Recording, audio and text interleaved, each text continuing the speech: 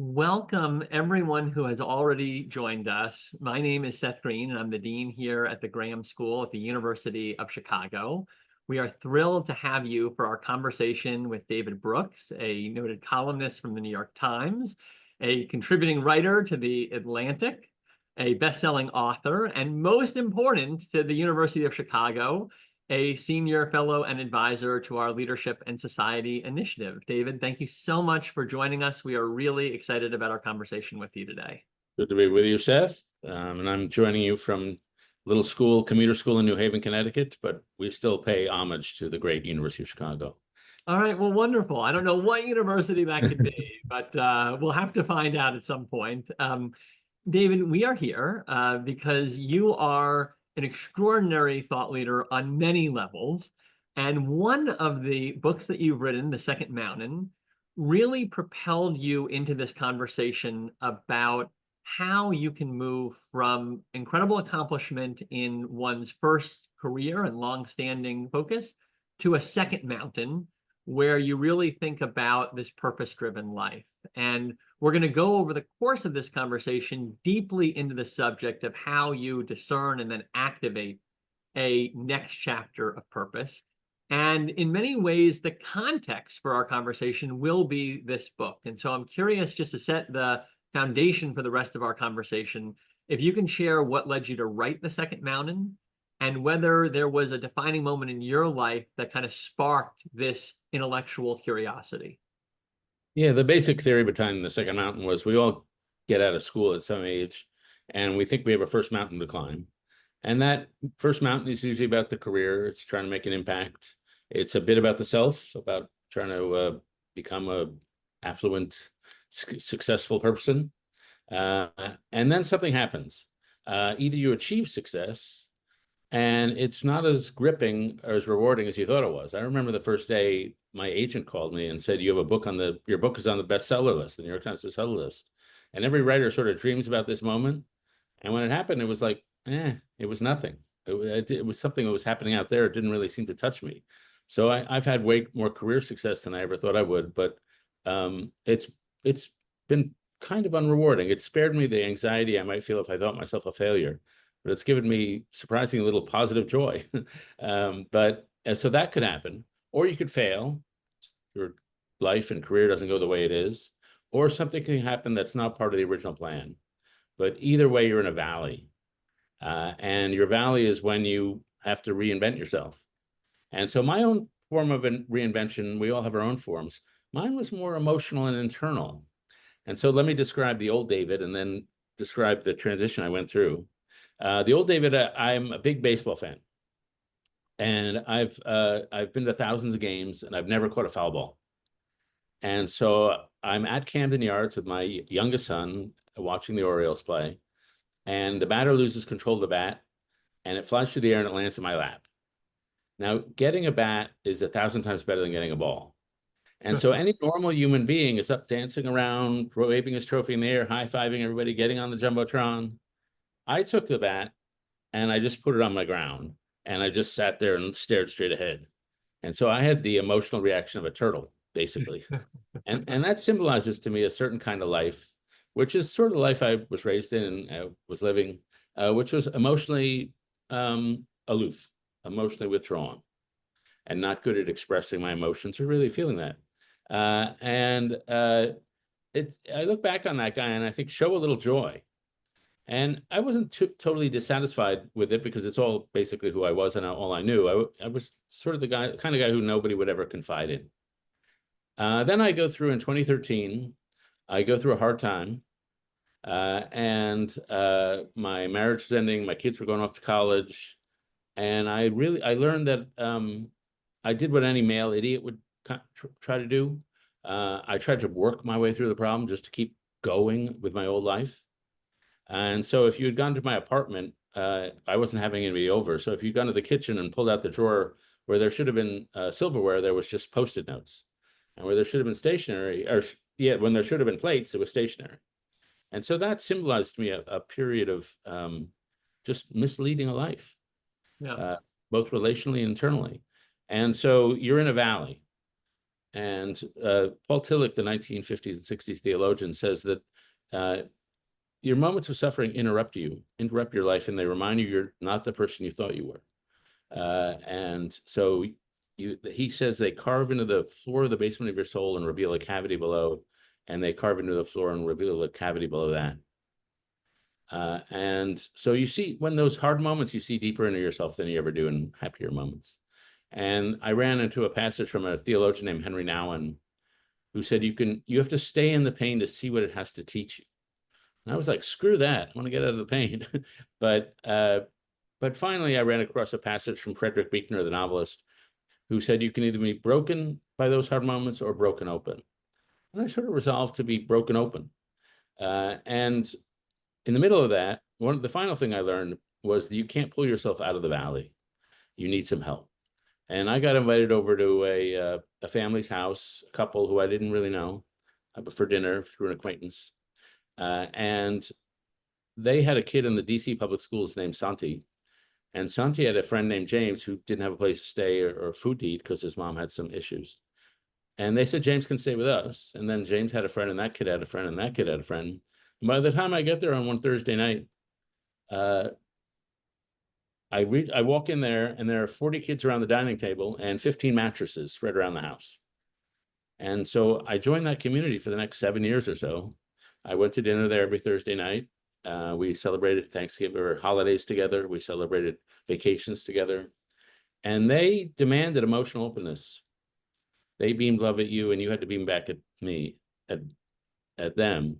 And so I think I went through a bit of a personal metamorphosis. So some people, their form of their valley is they retire, they get a new career, or they live a life of service. For me, it was I stayed in my job, but I became a different person. And I can show you that I've changed, because a couple of years ago, I was in Nantucket at a conference, and the speaker hands us all this piece of paper, and it contains the lyrics to a love song. And the speaker says, okay, find someone you don't know, gaze into their eyes, and sing the love song to them. And I found some old guy, I gazed into his eyes, and I sang the love song to him. And if you had told me to do that 15 years ago, I would have spontaneously combusted. So that's a sign, in one way or another, we can all grow in middle age or later life. We have that potential. So your second mountain was singing, I take it, as the core? That was my one singing. That I've done with singing. That would have been not a mountain, but a deep ravine. Well, so I want to dive deeper into this concept. You've given us your metamorphosis. I want to talk about, at the individual level, what does it mean to know when is the time for a second mountain, and then how do you discern and actually activate it? And then at the end of our conversation, I want to come over to the societal level. What does it mean if we are a society, if we enable these second mountains? But let's start with the person.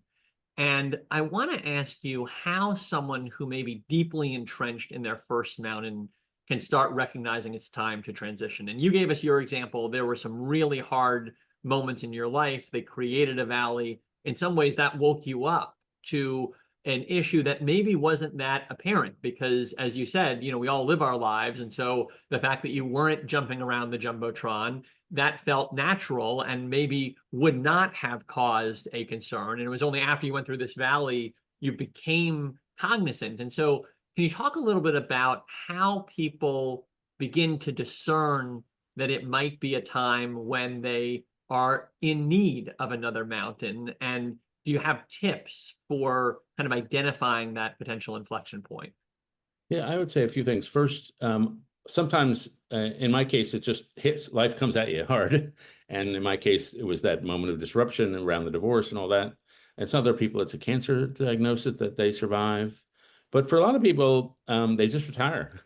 They've had their career, and it doesn't have the thrill, or maybe their firm has a retirement age. Or do you think I'm fortunate enough to be able to, not worry as much about money. I can do what I want. And then for other people, there just comes an overwhelming need to do something generous. Yeah. And I tell my college students, do you remember when we were 13 or 14 and horniness came into your life? Sometime around age 55, generativity is going to come into your life. And it's this fervent desire to do something generous for society, to leave a mark, to just say, how can I be of service here? And I find, one of my professors at University of Chicago was a guy named Leon Cass. And he said, people are not defined by their viewpoints or the color of their skin or their profession. They're defined by the ruling passion of their soul. And he says some people have a love of understanding, and some people have a love of money, and some people have a love of pleasure. But we all have one ruling passion of our soul. And I find as people age, the ruling passion of their soul shifts. And they're early in life, maybe necessarily, the ruling passion of our soul has a lot to do with our ego. And then after a little while, those ruling passions go away. And I needed a blow to my ego to break me open, the hard time. But some people, I just think, this is good, but I'm good. I don't need to prove myself anymore. And so I want to give back. And so that's a transition and not a change. A change is when you change your job. A transition is when you change your consciousness. And the tricky part about this transition is, I think Einstein is credited with saying, I don't know if he actually said it, but you're not going to solve your problem at the same level of consciousness once you created it. So the interesting thing about this transition is you're going through a whole new consciousness.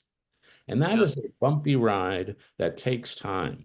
And some of the transitions are trivial, or can seem trivial, though maybe important. Moving from time scarcity to time abundance. That's a big one. Like, you have a mentality in your head, you're always on the move, you're going with the clock. You have to shift that and downscale to, no, I'm going to take some time here, time abundance. And then the other transitions are just social. A lot of people who leave their firm, I had a guy tell me, when I worked at my company, I thought I had 200 friends here in this organization. After I retired, I realized I had 5. And those are the people who still return my emails. And so that's a transition. But mostly, I think it's the transition of moving from the desires of your ego to the desires of some higher piece of yourself. Well, so let's pick up on that transition that you ended with, David, because I do think we want to look into some of the barriers that make it difficult for individuals to imagine their next chapter. And in our work with the Leadership and Society Initiative, where we're coaching incredibly accomplished individuals who want to have something meaningful in their next chapter, one of the big parts is really unpacking what success and purpose look like, to your point, at this stage of life, which may be different than how you felt in adolescence or in the early to mid career. And so how do we think about that transition? Because success is so often measured by growth. If you're in corporate, by profits, by influence, by relevance, by stature. How do you think about and then encourage individuals who are at this inflection point to think about what it means to have that internal sense of purpose in a world where they may have been successful, where most of it was with a really strong extrinsic motivation or accountability set? Yeah, I mean, we are surrounded from college through our workplace by extrinsic rewards. There's vast systems of grades, SAT scores, salary, status, and recognition. So we just live in a society just filled with extrinsic rewards. And the one thing we know about extrinsic rewards is when you surround somebody with these extrinsic rewards, whether in school and in the workplace, you crush their intrinsic desires. You cause them to withdraw from what they really want to do, and after a time, they lose track of what they really want to do. And so excavating those intrinsic desires, it's a surprisingly hard question. What do I want most? What is the deepest passion here? And that takes some effort, and it's scary. There's a philosopher who wrote about vampire problems, that when you, she asked, Seth, would you like to become a vampire? You could live forever. You could fly around at night.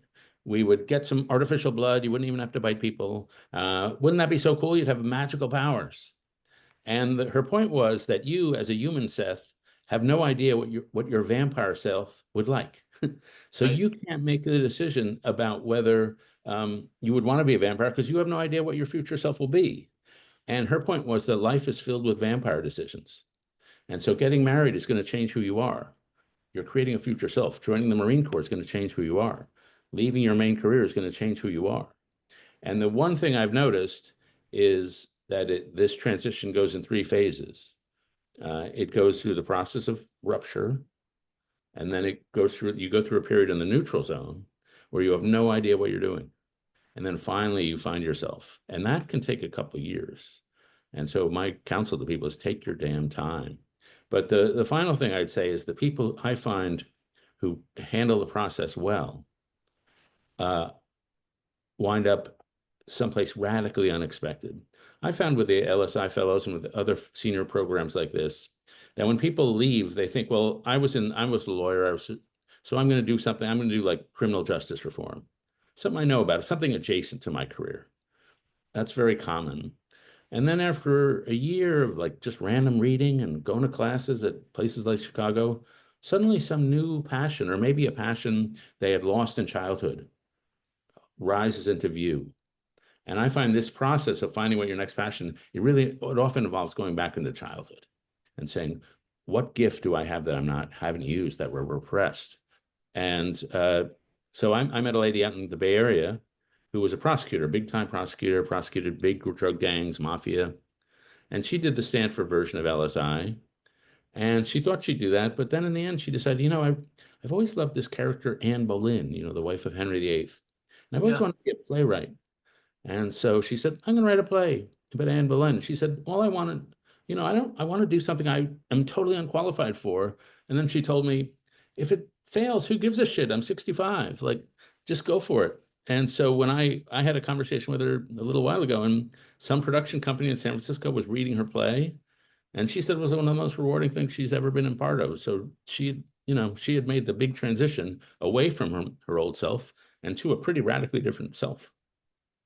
One of the key pieces that you write about in your recent book really gives a toolkit on how to get there is the importance of relationships, particularly at this stage of life. I know they were vital to you and your own discernment and coming out of the valley. And, you described the family that kind of took you in as you were going through this metamorphosis. Can you talk a little bit about why relationships matter in your view, particularly at this inflection point, and what advice you'd give to people on cultivating deeper connections? Because you've talked about having work relationships, but that's very different. And obviously Aristotle has his own view on this in terms of these different types of relationships where you can think about them just being for utility, but all the way over to virtue where they're deep and values based. So just want to kind of draw out the role of relationships in this whole discernment process. Yeah, so this little school, Yale, I'm sitting next to, I taught here for 20 years, off and on. And I would have one of my students come who had been graduated 5 years before, come back to class and tell the students about what the next 5 years was going to look like in their life. And she said, you're going to have terrible bosses, your jobs will suck, you're going to have heartbreak, breakup, depression, and mental health problems. You're 5 years out of college. And then she said, so the one lesson is invest in your friendships, invest in your friendships. And the transition from leaving college is not unlike the transition of leaving your first mountain. You got to find a new vocation. And so the process of doing that and wandering through the neutral zone, it's miserable when it's a solitary process. And what I have found now that we're in our second year of LSI is that there is a cohort, I don't know how many there are, 22 or so, 25. Yeah. And I would say that what they get out of the program, maybe 20% of it is what we faculty bring, and 80% of it is what they bring each other. And the opportunity to have 22 or 25 really good friends at the age of 65 or 70 or 60, that's just a rarity in life. But they have this, and they're going to walk through this process. And I find a lot of the programs that are most effectively changing lives create a cohort. They have this cohort effect. They do something intense together for a little while, and then every year or twice a year, they have a reunion, and they have these shared bonds. It really helps to not travel alone. Well, so on that note of this cohort that is at the university, that is deeply working with one another to discover themselves and think about their futures, you teach in the program. And one of the things that you do to spark that inner cohort connection is reading humanistic texts where, you know, you're looking at how people across time and space have answered these big questions. And I'll just go to the 9 big questions that you saw as fundamental that you kind of based your curriculum around. And I'll read a few of them. Who am I? What do I really want? What am I called to do? How must I grow? Who are my people? Can you give an example of a text that you read with the fellows as part of your course and how you use humanistic inquiry to spark this individual discernment? Yeah, so actually, my first dinner with the first cohort, I mentioned a book that I assumed they'd all read, and about half of them had, called Man's Search for Meaning by Viktor Frankl. And after I mentioned at dinner, they emailed me and said, hey, we'd like to read that book again with you. And so we did. And Viktor Frankl was a psychiatrist in Austria in the 1930s, and he was thrown into the Nazi concentration camps. And in the camps, he realized that the wrong question to ask about your life, whether you're trying to find a vocation or not, is what do I want from life? And that's just the wrong question to ask, because you can't look inside and find your passion. He realized, and he said, you know, what do I want from life is irrelevant because I didn't want to be in a Nazi concentration camp. Like, life just throws you places. Yeah. And so he said, the right question to ask is, what is life asking of me? So what problem is out there that is thrust in front of me that I'm uniquely qualified for? And so he's a psychiatrist in a concentration camp. He decides, well, life right now is asking me to study suffering, human suffering. And he writes in that book, suffering became a problem upon which I did not want to turn my back. And he found out, by the way, that he wanted to study why some people died as soon as they got to the camp, and some people endured for years. And he found out that the people endured had something outside the camp that they were morally committed to, whether it was writing a book or doing a lab experiment or serving their kids and their wife, who may still be alive or may not be. And so they had some meaning. And so his main thesis, which I agree with, is that what we want most in life is meaning. And so we read through that as, where are you getting your meaning? And what does meaning mean for you? And then Frankl is just like, it's a gripping story. And so we went through that. And then some of the texts we read, that we had one small little essay, and I can't remember who wrote it, but he said, I have learned that I always go astray when I do things for people. I'm only doing it right when I do things with people.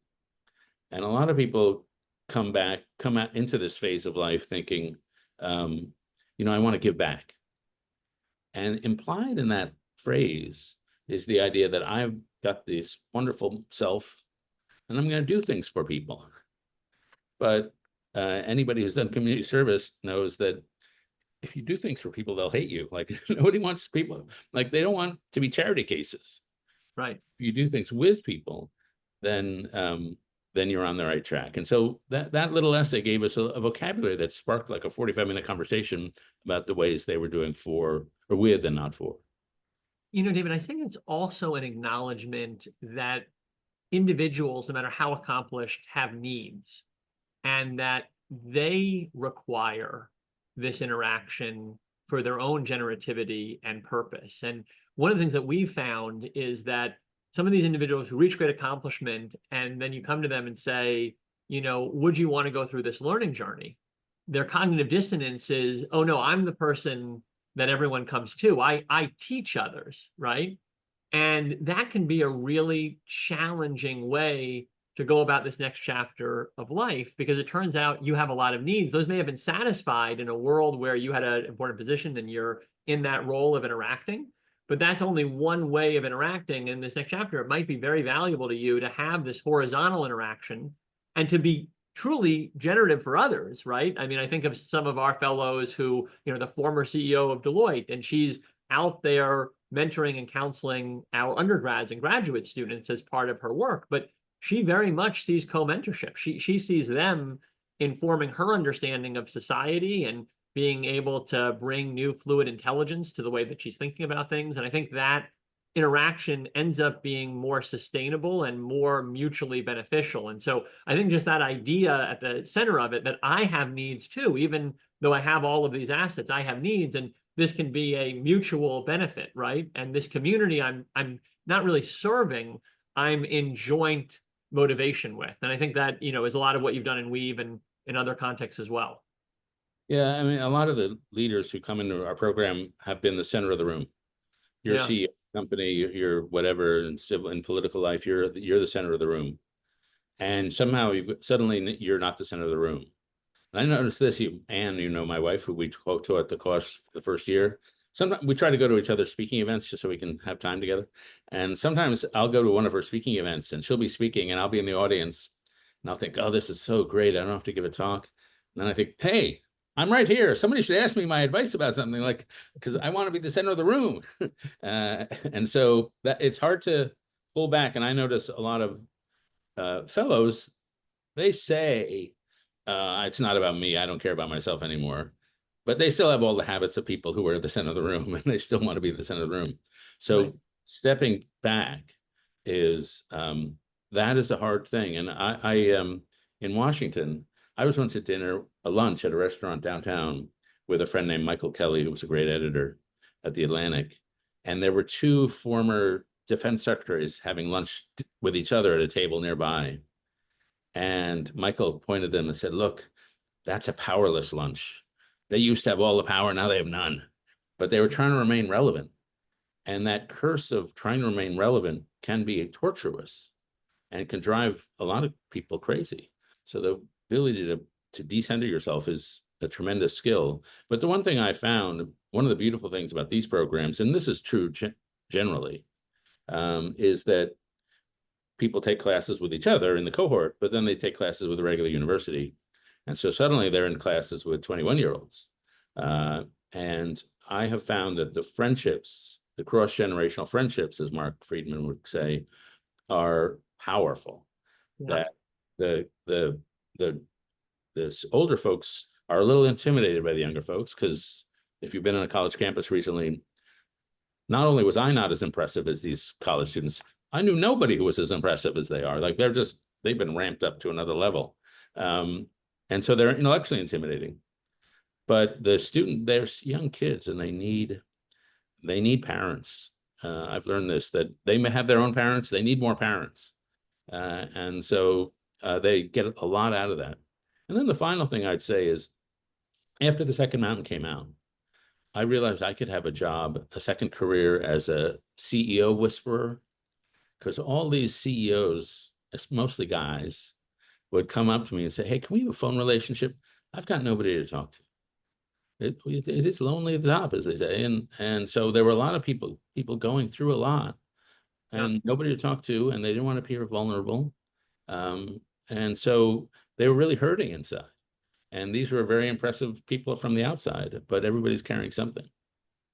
Well, so I want to just complete this individual piece, then we're going to move to society, David, because you've walked us through this importance of vulnerability, self-discovery. We've talked about how you can use text and cohort and intergenerational connection as a vehicle for better understanding yourself, what may be those pure motivations.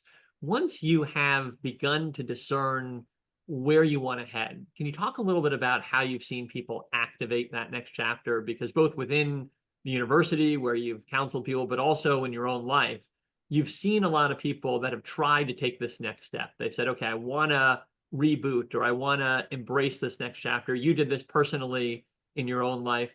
How do you make that transition? What are the mindsets and approaches that allow you to be successful? Yeah. Well, I had a friend she retired from a job in the arts world when she was 70. And she realized 6 months later, I'm really bad at predicting what will make me happy. And she had thought this all through, that this is what I like, this is what I like, this is what I like. And when it came time to give her, she had plenty of time to do these things that she liked, she was bored. She needed a totally new challenge. And she actually went into real estate development after a job in the arts. So that's unusual. Maybe she went to her second mountain first. I don't know. But her interior design, though, was phenomenal. Yeah, probably. Right, exactly. And so that's a process of iteration, a process of a bias toward action. Yeah. That you're only going to find out what you want to do if you're actually doing it. It's very hard from the outside to imagine yourself doing it. You just have to be in the environment. And clever people are just really good at having social range and trying a whole bunch of different environments. And this is true at any age, by the way. We think success is like Tiger Woods. You start out playing golf at 4, and then you become Tiger Woods. But Tiger Woods is the rarity. Roger Federer is the norm. He sampled a whole bunch of different sports and specialized relatively late in life. In Olympic athletes, there's zero correlation between who's really good at 15 and who's really good at 25. Yeah. And the people who are really good, they wander. They just have that wandering mind. And so a lot of the people who reinvent themselves, they wander. And they put themselves in some spot and then something sparks. It's the finding your passion is a bit of it's resonance. It's something inside meeting something outside. Like it feels like your inside is calling out to it, and then your outside is calling in, and you're waiting for that moment of ignition. I have a friend named Fred Swaniker, who he grew up all across Africa. His dad was a diplomat, his mom was a teacher, and they founded schools wherever they went. He came to the States, got into a nice college, and then got a job as McKinsey, as one does. And then he decided it wasn't for him, and he was saying, "What am I going to do?" And he realized that that if you choose something, what you're going to do, picking that thing, is you should pick something big. Because if you're privileged enough to be in a major university, you're very talented, you're very lucky, you've got a lot of life's blessings, pick a big problem. Then pick a problem which you are uniquely qualified. So Fred had grown up across Africa. His mom was a teacher. He knew about education. So he said, my thing is education in Africa. And he founded something called the African Leadership Academy, which is a school in South Africa. Now he's founded a whole series of universities spread across Africa. There's one in Mauritius and in Kenya, Nigeria, and elsewhere. That's just amazing accomplishment to found a bunch of universities. And so Martin Luther King said it similarly. Your vocation should have height. It should be big. It should have depth. It should touch a lot of people, and should have depth. It should go into the basement of your soul. And if you can find those three things, but you can't know it unless you can't really talk yourself into that, I don't think. You just have to feel that double negative. I can't not do this. And so that takes patience just to feel that little moment of eruption going on. Well, I've loved your use of Frederick Buechner's quote that, often you find that vocation at the intersection where your deep gladness meets a deep hunger in the world. And, a lot of our curriculum within LSI, right? Understanding yourself, what is that source of deep gladness? Understanding the world, what is that hunger in the world? Where do those two meet so that you can do something that is meaningful to you, meaningful to the wider world around you, and feel truly motivated for an enduring chapter, because the problem is so big that it calls you in and has many layers on which to allow you to really have meaning and purpose. Yeah, I ran into a guy actually in Chicago who'd served time in prison for gang activity. And he now works with the police to recruit kids out of gangs. And the way he does it is very simple. He's probably in his 60s, I'm guessing. He just walks around the neighborhoods where the gang kids hang out, and he gives them their phone number, his phone number. And he says, so if you ever are in crisis or have trouble or want to get out, call me. And so when you're with him, his phone is just ringing off the hook because he's given out his number to a lot of people. And when you meet people like this, you never hear them say, I'm going to do this for a couple of years and then I'll try something else. When they found their vocation, they know I got to put them on this earth, and they're driven by a moral motivation. And those motivations can be as hard and as sometimes as sort of the motivations that want to make you a CEO. Because if you want to rise in the world, that's going to drive you. But if you feel you can contribute to a very serious problem like gun violence in Chicago, then it's hard to take a Sabbath because your motivations are so aroused. But in my view, we like it. What's worse in life is to have no desires. That's called depression. But when you're in the grip of controlling desire, we like the effort. It feels good. We don't. And then this is the thing that's some people, they want ease and leisure, and I get it. They worked hard all their life. They want ease and leisure. Other people want purpose. And so this shift is for people who said, you know what, I like purpose more than leisure. And just finally to get the neuroscience, there are two different systems in our brain, which is the liking system. This gives me pleasure. And then there's the wanting system. I want to do this. And the wanting system in most of us is a lot stronger. And so, for example, I want to go play golf. That's liking. It's pleasurable. But I want to get up and feed my daughter at 2 a.m. That's right. Wanting. That's not about pleasure. And that's just a deeper and more powerful system in the brain. Well, so I think we've done a really great job of covering the individual, right? Why this matters to individuals, how it can be hard to discern and activate, but if you are able to do so, you're able to touch this deeper desire and have a more enduring meaning. And the positive impact, I think, may be clear on society, because if people are feeling motivated and they're contributing, that generosity that you said becomes our, way of understanding middle lessons, perhaps, then you're going to contribute more to the world around you. I want to now, though, look at this from another lens, which you've written about, which is, why does meaningful second chapters at every level, we've been talking at an elite level, these accomplished leaders, but at every level, why does that matter for society? And when we first approached you to be a part of this, David, one of the first things you said is your motivation for really being co-creators with us of this initiative is that you saw this under-institutionalized space in our society, and you believed there was a greater need for structure around midlife so that you could help people to find this why. And your reason wasn't just for the individuals, also because you saw this as being really important to society. So let's start with that societal gap, and then we'll talk about where answers may lie. Can you describe that gap that you see in the structure of adulthood today? Yeah, so it used to be people, when we founded the Social Security system, people would retire at 65 and die at 67. And now if you're 60, you have a 50% chance of hitting 90. So people just live a lot longer and have healthier longevity. And so this widening of the lifespan has created two new stages in life. And remember, these stages in life that we take for granted are arbitrary, or not arbitrary, we should say they're socially constructed, as they say in the academy. So we think of childhood as, the way we think of it, as innocent childhood. But in the Middle Ages, a lot of cultures did not think of it as innocent childhood. They were just like adults. And then adolescence, we think teenage, of course, every age had teenagers, but being a teenager, that only came into a conception in the middle of the 20th century. A magazine called 17 Magazine was created, and people thought, oh, there's this period between childhood and adulthood called adolescence. And so that was created. And now we've got two new stages, and we don't have the institutions to serve them.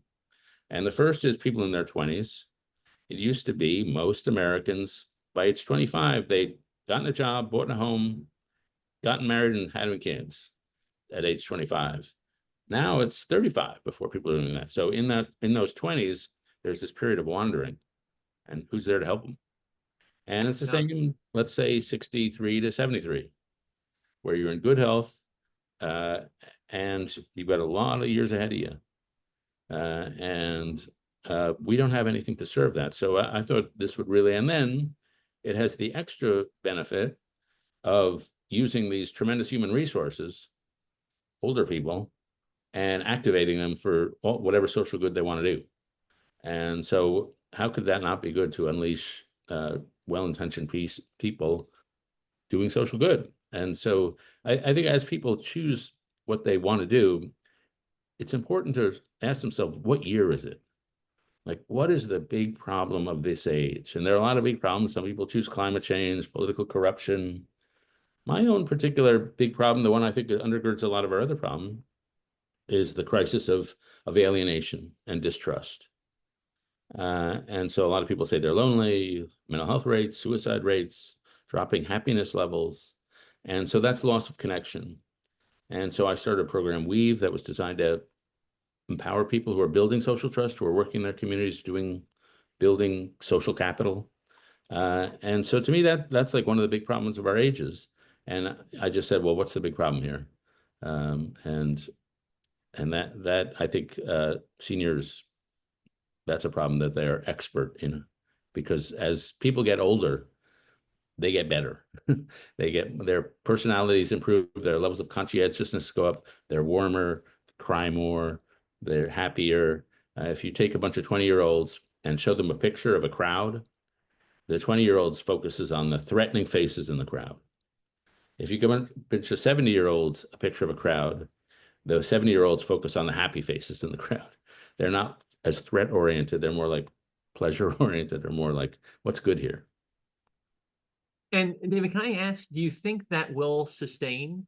Because arguably one distinction between the 7-year-old and the 20-year-old is that they grew up in radically different environments, right? There was a very high level of optimism, arguably, in the childhoods of the people that are part of that baby boomer generation. We're growing up in a very different information environment, a very different way of thinking about the world. Is it an age factor? Is it a generational factor? Is it both, perhaps combined? I'm just curious if you have any thoughts on why there may be that difference in outlook. Yeah, some of it is, you're right, it is age, or is the period that we grew up in. And so the most important statistic I pay attention to is social trust. They ask people, researchers do you trust your neighbors? Are the people around you trustworthy? And 2 generations ago, 60% of Americans said, yes, Americans are trustworthy. And now it's not 60%, it's 30%. Wow. But if you look at baby boomers, they're still up around 60%. They registered at an early age, 18, 20, or somewhere around there. So the world is basically safe. I trust people. But if you look at Gen Z and ask them, do you trust your neighbors? Only 19% will say yes. So they're in a much lower level of trust. And so they have a much more fragile view. If you ask Gen Z, do you agree with the following statement? Most people are selfish and out to get you. 72% in this study said yes. Most people are selfish. I agree with that. Most people are selfish and out to get me. Wow. At my age, imagine going through life thinking most people around me are out to get me. That would be a horrible way. And if you want to know the roots of this, I recommend a show on Netflix called Adolescence, which portrays in a way that's searing for us, parents' age, how tough it is to be young. And so I think that's just an opportunity to think about these cross-generational friendships, because they're more needed now than ever. Well, David, we're coming up to time. I want to just ask for you, we talked about how these are mutually beneficial relationships where you're giving back, but you're also gaining. You've been an incredible faculty member of the Leadership and Society Initiative here at the university. You've helped now 2 cohorts really go through this process of discernment and really activating now, for many of them, a meaningful next chapter.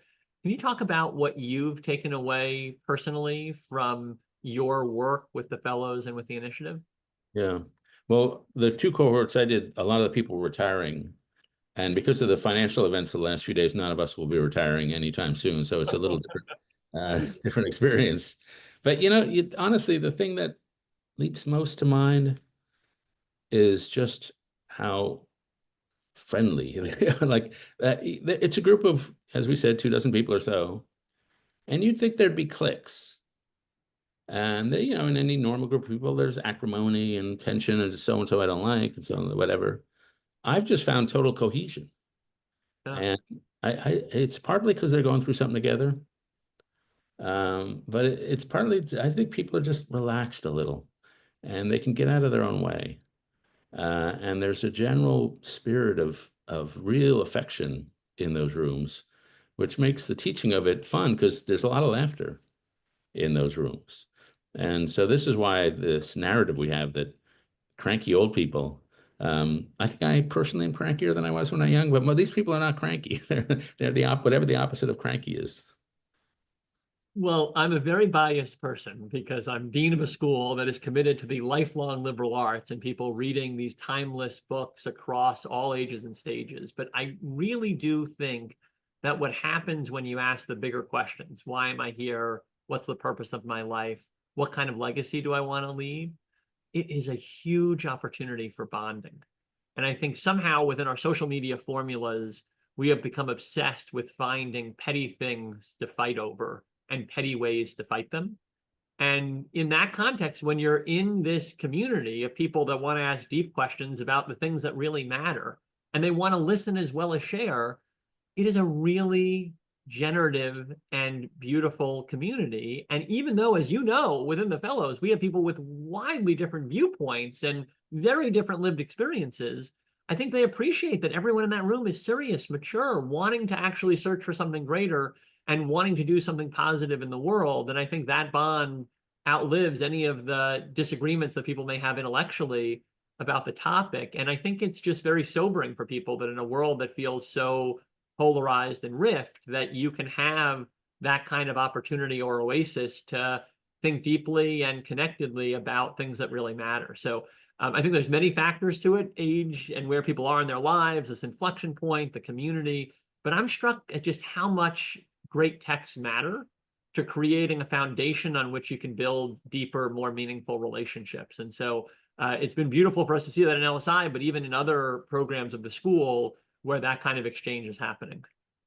Yeah, when I was teaching undergrads, after graduation, I would have coffee with my former students, 10 years out. And with disturbing regularity, I would think, this kid was electric at age 21. They were asking the big questions. They were in these kinds of schools, and they were had great books put in front of them, and their minds were just electric. It was so much fun to be around. I live in DC, so I took a 5-hour train ride every week to get to be around people like this. Yeah. And then they got into their job, and they got into their professional rut, and life almost closed them in, and nobody was asking them the big questions anymore. And so the point you make about being surrounded by these questions, they just open up the mind. Once I send you an essay or a little quotation from Howard Thurman, who wrote the Jesus and the Disinherited, great theologian and civil rights leader. And he says, as you make your life, you carve things. And so you get more set in your ways. And he says the challenge is to find the green growing edge. Like, where's the green growing edge where I'm still on the edge? And some people are just phenomenal at this. Like, he's a quintessential example, but Warren Buffett is phenomenal at this. That guy has changed continually through the course of his life and has built up sort of power by compound interest. I read a memoir of Tina Turner. She obviously had this horrible marriage to Ike Turner. It took her 14 years to invent herself. At age 40, she decides to reinvent herself away from Ike and starts being a sexy rock star at age 40, and then is still going strong in her 70s. And so that kind of burst comes out of sort of breaking free from the cocoon. Well, David, thank you so much for taking the time for what has been a phenomenal conversation. I also want to say how honored we are to have you teaching at the school. I don't mean to embarrass you, but I see you as truly one of the most important thinkers of our entire world in terms of really helping us to understand the cultural dynamics at play in a time when culture has never been more important as a mode of analysis for understanding where we are and where opportunities lie in the future. We're very grateful, and we look forward to having you on campus later this month for another visit with the fellows. So thank you again, and enjoy your time at some university out in New Haven. Okay, I will. Thank you. I'm looking forward to my next Hyde Park visit. So thanks so much, Seth. Thanks, David. Bye.